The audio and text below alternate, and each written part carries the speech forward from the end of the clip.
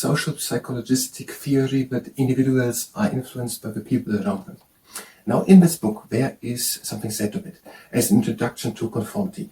They said that people are influenced by the people around them. They're saying that sport fans in a stadium is the first example, would doing together a wave, lifting all together or in a row, the arms up. Or that they were chanting together commands like defense to the players or something. Another thing he listed here is that political candidates would take the polls and show that they are leading in the polls. The idea behind it would be then that the idea is that some people are more likely to vote for the party which is winning because they want to have voted for the party which have won, is an idea.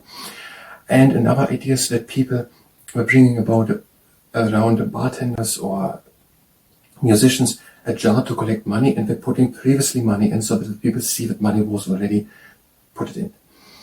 And now when in this introduction they set a little scale, and they said the person can be then have conformity or compliance or obedience, or on the other hand, independence, assertiveness or defiance.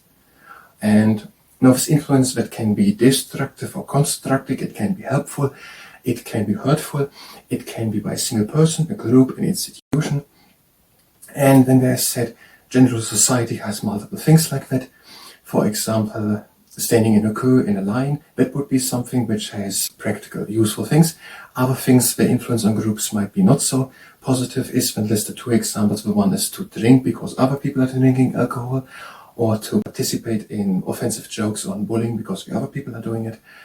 And then there is argued that many people see themselves as more individuals and more independent, and that they would reinterpret the task or reform it so that they can see themselves more independent. For example, was there then a task that the people should ask for a seat where a person was sitting in a subway, and they would then invent that they have an illness.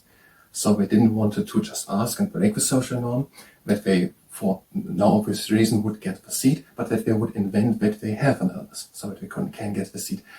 So generalists argued here in the first pages of introduction of conformity that people are influenced by the people around them. And it's something very easy. Then another example would be a little experiment. One person was looking up in New York to a building, and 80% of the passerbys also took one glance up. So very simple to say. He has argued that a singular person is influenced by the people around them. And that is according to Social Psychology by Sharon S. Brehm and Saul M. Kasson from